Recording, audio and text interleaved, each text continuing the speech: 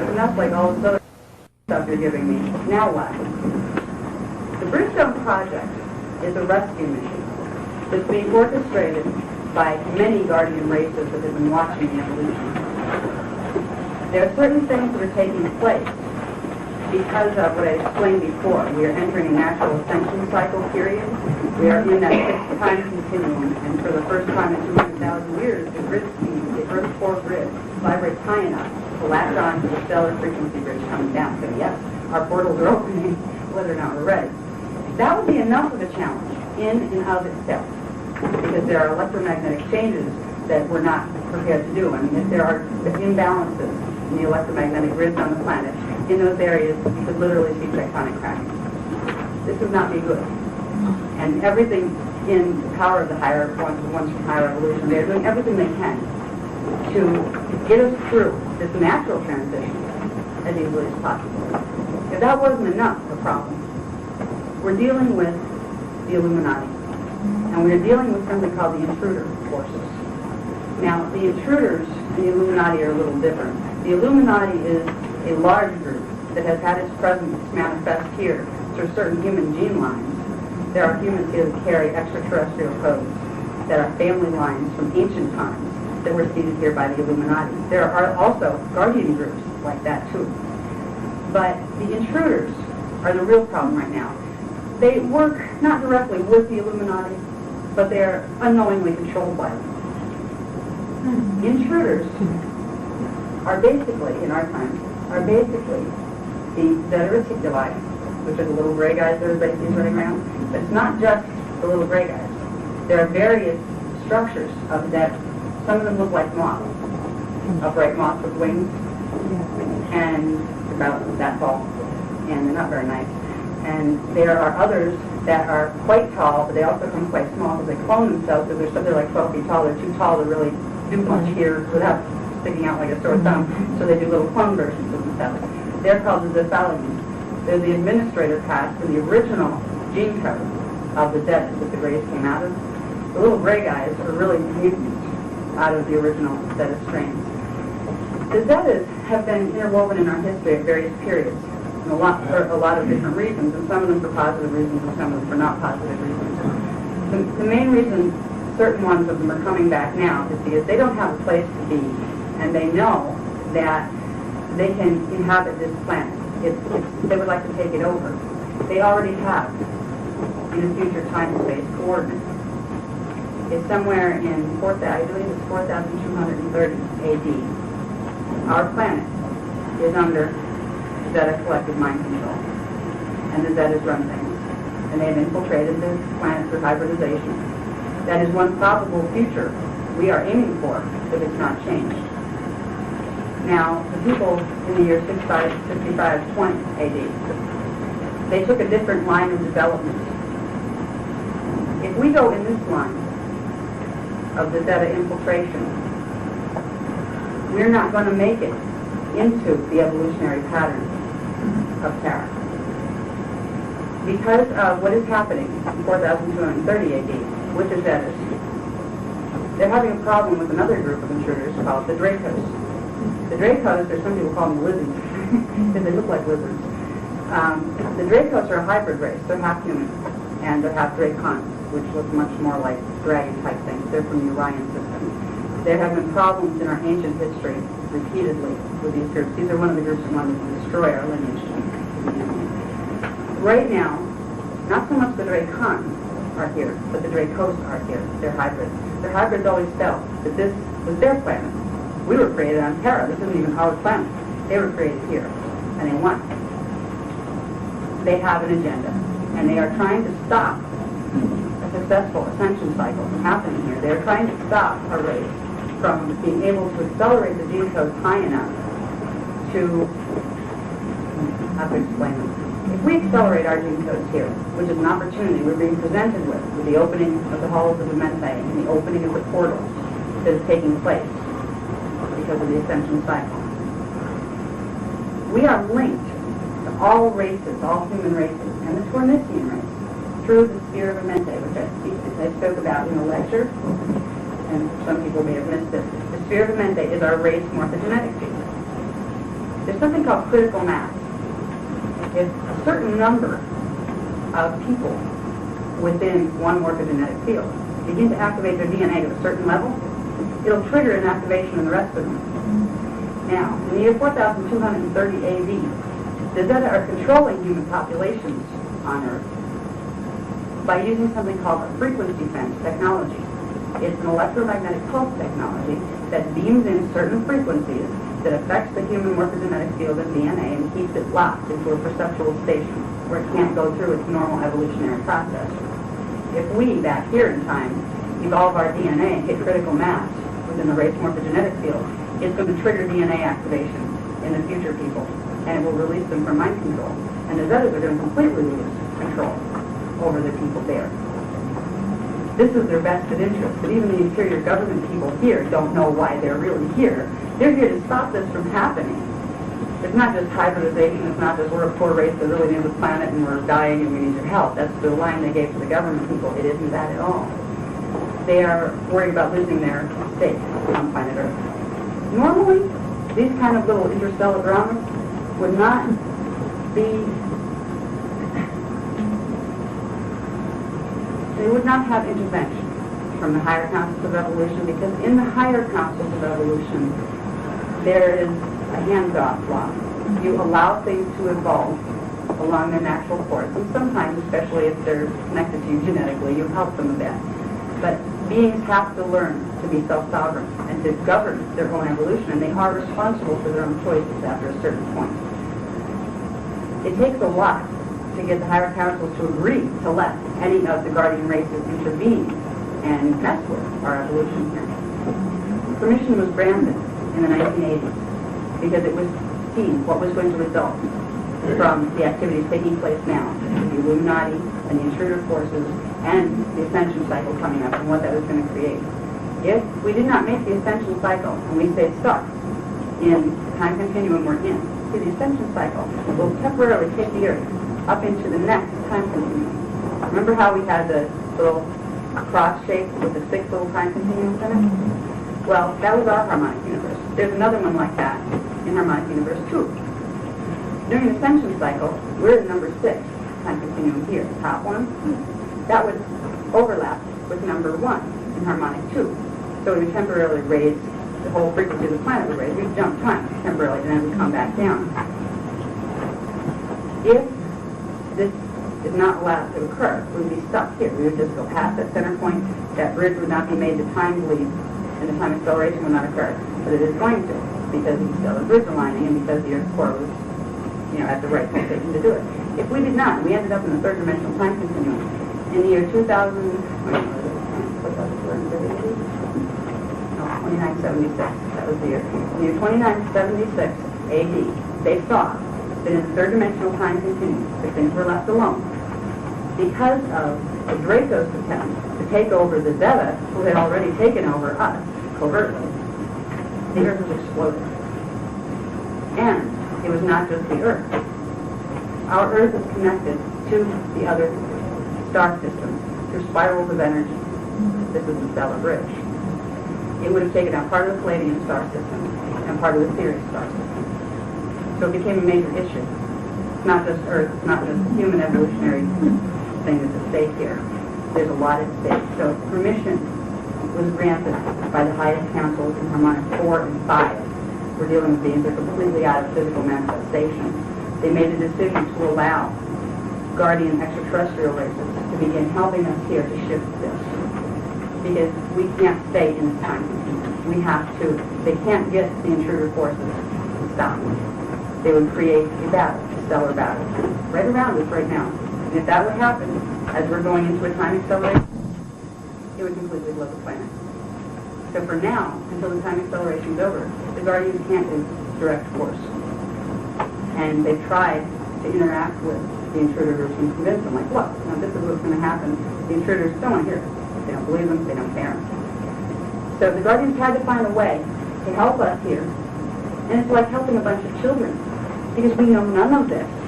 We don't know our stellar heritage, we don't know the mechanics involved in the energy field. How do you help a group of people on a planet like this? Big question. A lot of them said just forget it. I mean, it's hopeless. But there were others, particularly the Syrian Council, which is a council of beings that are affiliated with root races from harmonic 2 and 3 on the planets associated with the Sirius star system.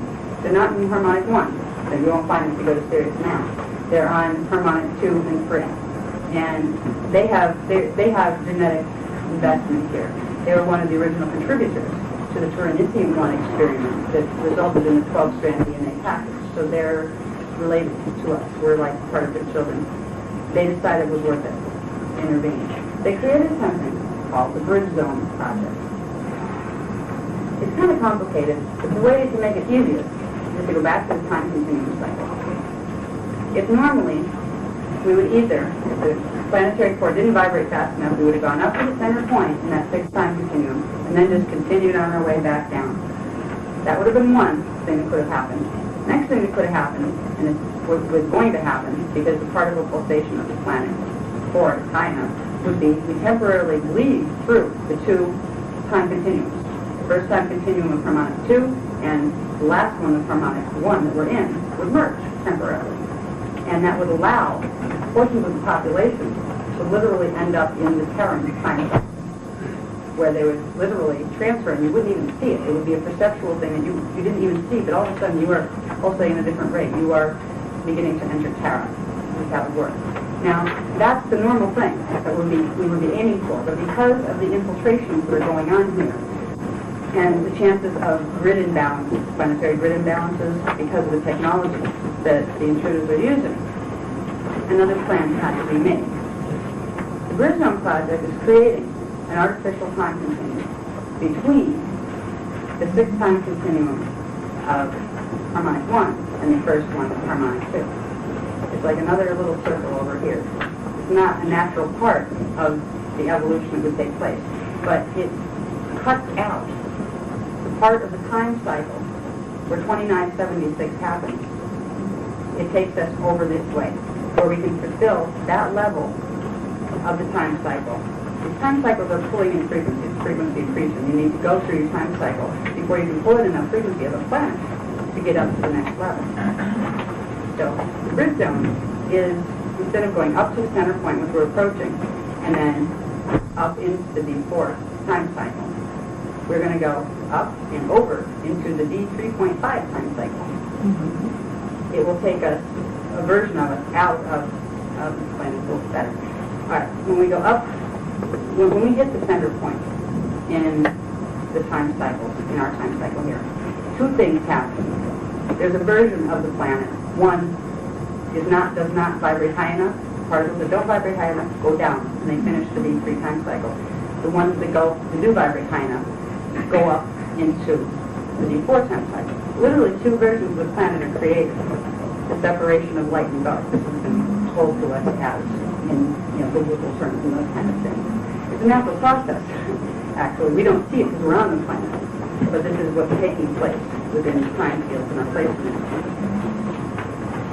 Because the Earth vibrated pretty low compared to what it could, most of the particle base would have stayed in D3, in the D3 time cycle.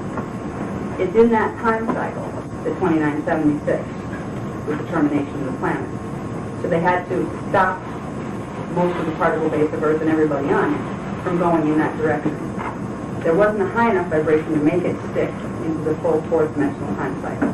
So they created a third one, just a half step between the two, to get it out of the third-dimensional continuum and give it a natural point of progression where it can evolve back into the natural fourth continuum. The physics involved are quite complicated, but the basic idea is we're going through a natural time acceleration, which is opening of vortices and portals, and B, we're going through a forced time continuum shift to preserve the planet. This is a big project, and they said it's never been done before anywhere in our local galaxy, but they have very high hopes that it will go well. For people on the planet to make this transition successfully, they need to get the accretion level of the DNA to a 4.5 strand activation level.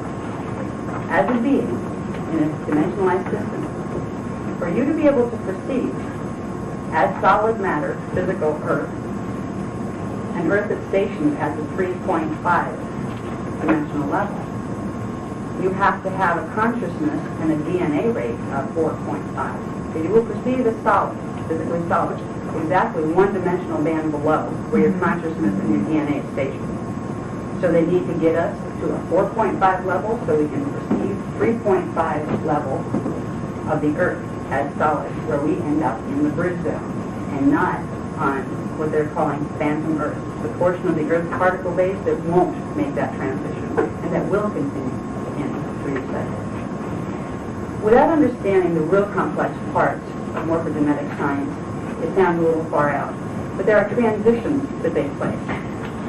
There, in the time cycle, there are versions of planets. There are probabilities where you have one planet at a certain time, 2 spring off of that.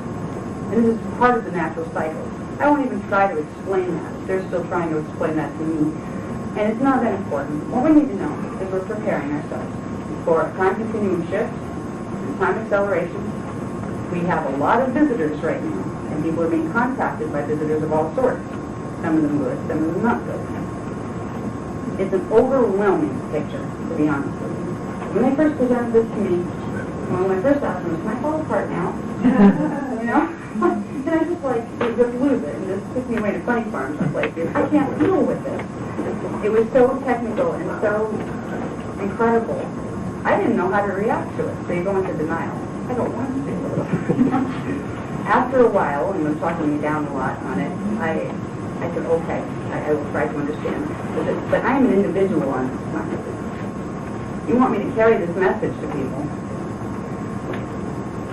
But as an individual, I'm asking, all right, so here's this huge picture you've dumped in my lap. What do we do with it? You know, I just turn it off. That was my response to it. And I could see how most people would respond that way. It's so overwhelming. It's so big. There's so much to learn. There's so much just to make a transition from where I was before I heard this to where I might be by the time I comprehend some of this.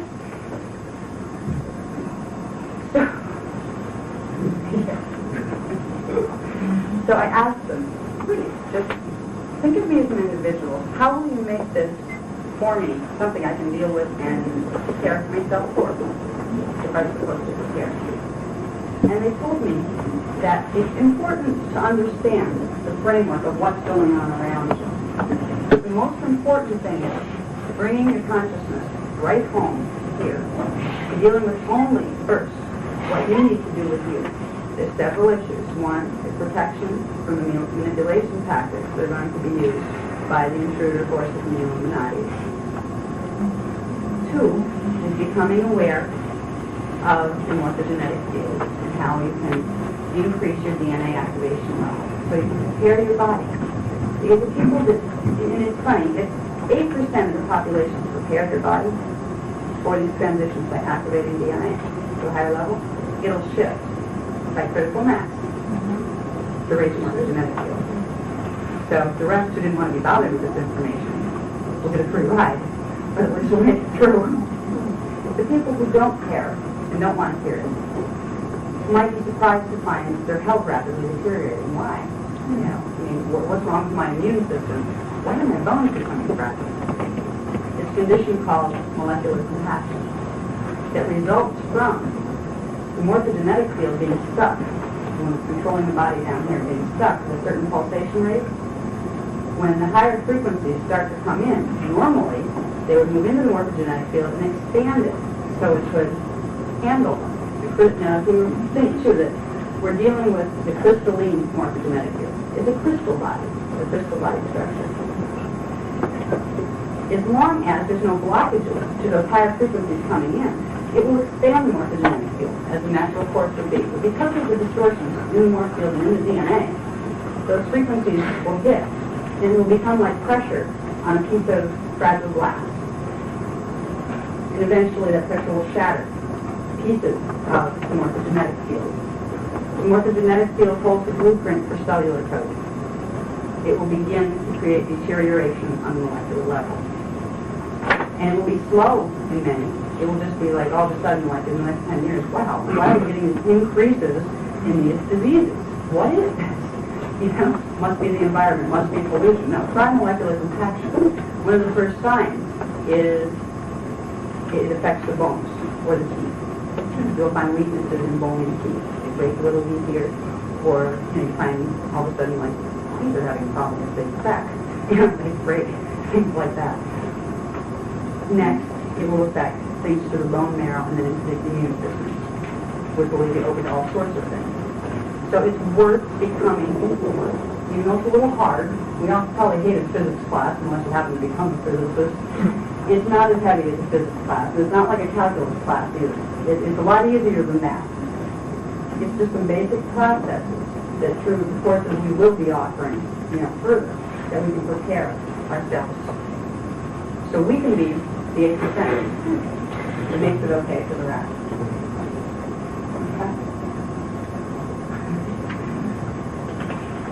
Okay, I think... That's about 1 billion people?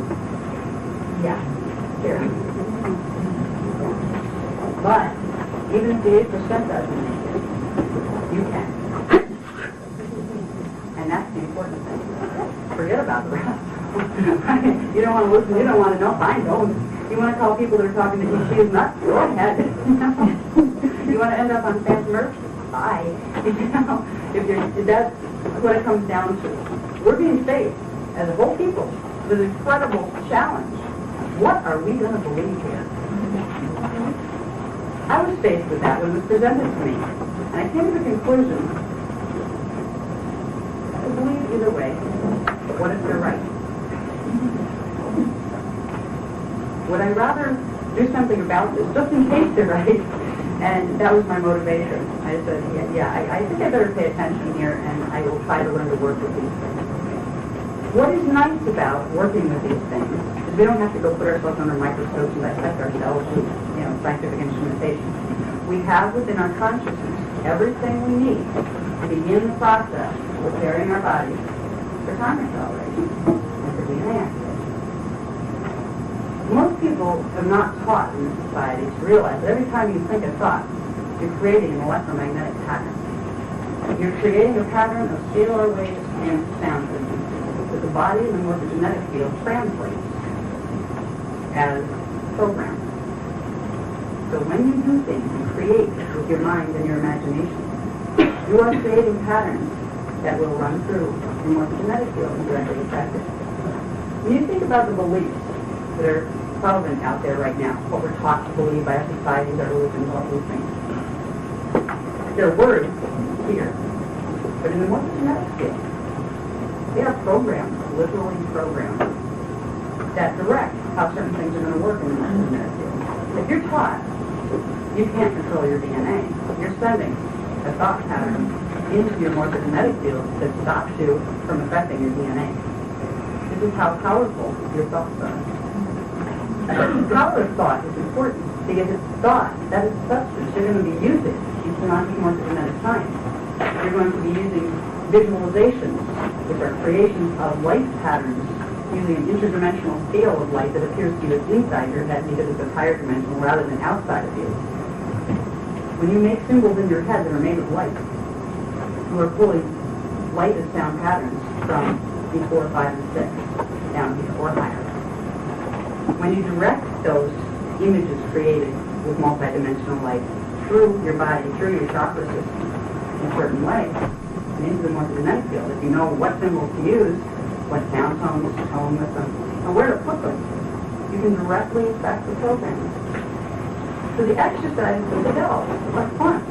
But most people say, well, this is silly stuff. I can play big symbols and move them around in my body, and I kind of like, what am I doing, It's like, if you understand what you're doing, you understand what you're doing. Most people don't. When you do this, you are creating change of your blueprint. That's why it's important. The techniques that will be offered are fun, they're meditation techniques, they're calming, but they're different than meditation. Meditations can take you on guided journeys and can take you into states of consciousness. These are field mechanics, bioenergetic field mechanics. They are teaching you how to take specific light, sound, color, form to directly affect the morphogenetic system. And that's what's beautiful about this program. The steps are easy, but the process is profound. So can you give us step one? Yes. Step one. All right. The first thing, and I talked about this a bit in the lecture too, is called grounding the D5 archetype identity. We went through the Hula bodies in the diagram there. The D5 is the center of the alpha Hula body, which corresponds to dimensions 4, 5, and 6. The dimensions of frequency field. The specific bands of frequency, each having 12 sub-frequency bands. So what we want to do is to begin to imprint the lower frequency bands that our bodies are composed of, in our mental body and emotional body. We want to imprint that to be imprinted cells in the fifth dimensional frequency. But that is the one that controls what the morphogenetic field of the D1, 2, 3 body is going to orient. It can be used to purge out distortions in the lower DNA strands. Now, there's a process to purging mutations from DNA strands. It's a two-phase process. One is imprinting the proper codes, and then is activating them once they're imprinted. It takes a while for activation. You can't do activations without imprinting. First, you have to set the new imprint into the morphogenetic field for your three-level bodies.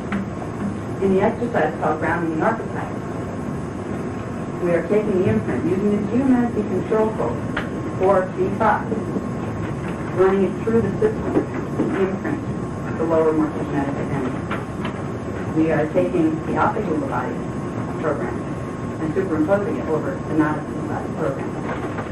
And it will serve to realign many of the distortions in the Nada Hula body. That's the first part in soul integration. So as you're playing with DNA and trying to protect yourself from this mess that's coming, you're also reclaiming your spiritual identity. You will become your soul one day, fully embodied. You will become your oversoul then and beyond.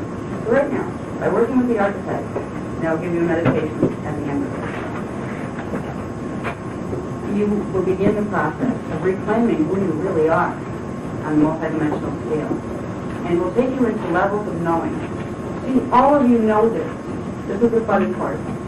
The part of each of you that is focused, part of your consciousness that is focused in the fifth dimension, the part of you that is the archetype, knows all of this already. It's ahead of us in time. It's ahead of you in time. By bringing that level in to this level, you will know what to do and how to do it. You will have your interior radar of what you need to do with yourself as an individual through these changes. And the changes may get hairy. It depends on how the Earth grid is balanced. We may see your changes. It will be unlikely that we'll see a pole tilt, like a lot of people like to say. It could be that bad, but it's not likely that we'll get that bad. But we could see tectonic cracking, and that would be bad. So it's very volatile over the next 18-year period. What in the world we might really see. It's worth paying attention to little things that are so easy to learn, like grounding your archetype. You'll protect yourself from fourth-dimensional invasion tactics like frequency benchmark control devices, which intruders are trying everything that is used. But you will also learn to handle your own fields. You'll learn the knowledge that your soul already has. You are a soul. The people here usually just forgot. They forgot their other pieces. So I'm going to do a meditation now. And I would like to be able to turn the lights out for this if we can. Is that really messed up? Okay. Okay. Sorry. I didn't have a mic for me.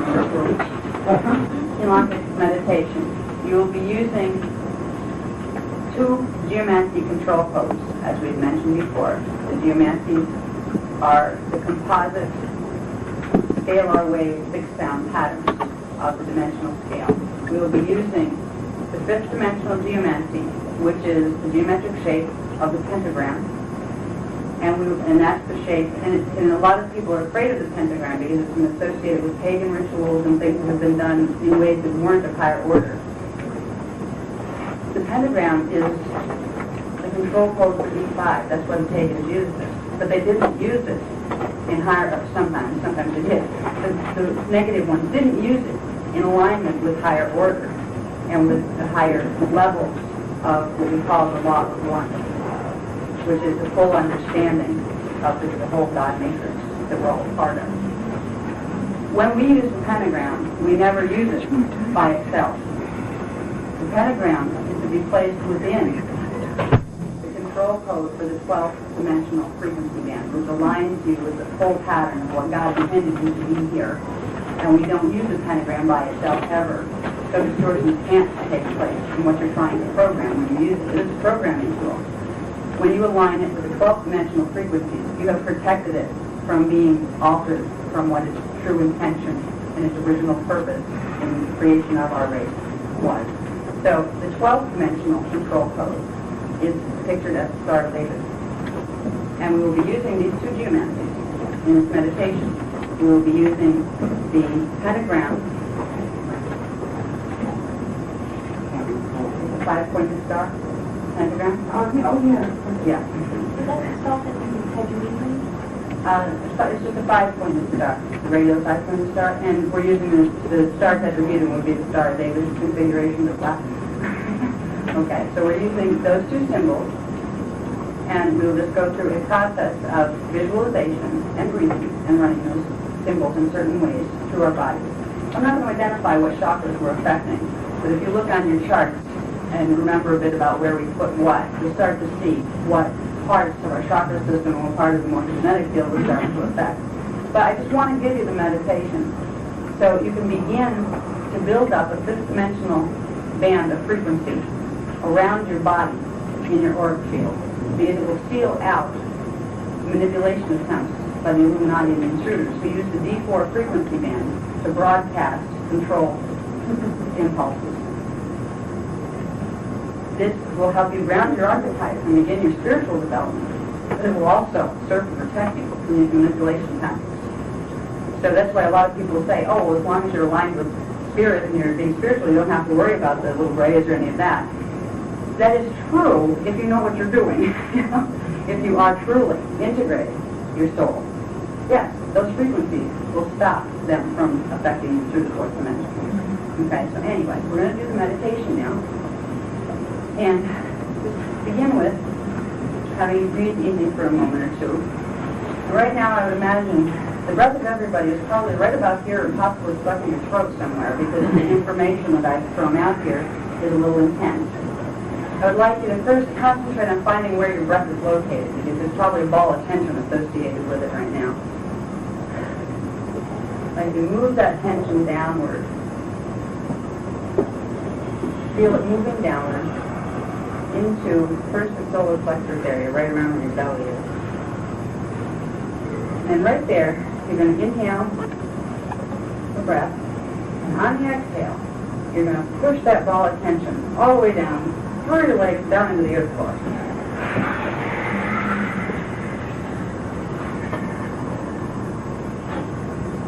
And you can still feel it there. Do it again.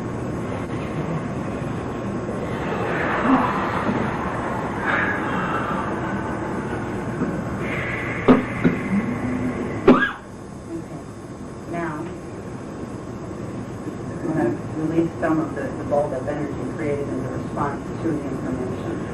We'll be able to focus a little more on slowing the breathing rate so we can be more effective in the meditation